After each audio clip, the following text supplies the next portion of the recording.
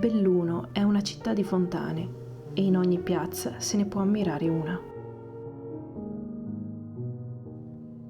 Sono fontane per così dire irrequiete, perché spesso è stata cambiata la loro posizione. Questo è accaduto soprattutto a quella di San Gioatà, il patrono di Belluno. In un antico dipinto la si vede nella parte meridionale della piazza con un pozzo a farle compagnia.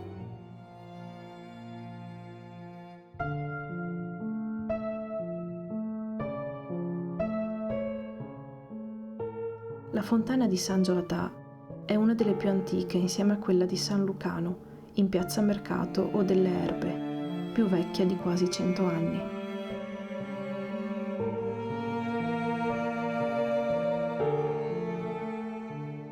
Secondo la leggenda, Gioatà era un soldato romano del III secolo che subì il martirio della ruota.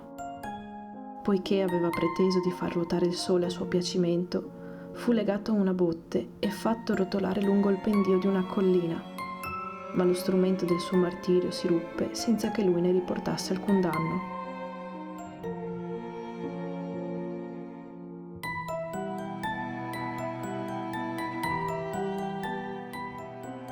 Così fu fatto decapitare, ma la sua testa mozzata non cadde, iniziò a roteare, a divenire luminosa e infine scomparve nel cielo.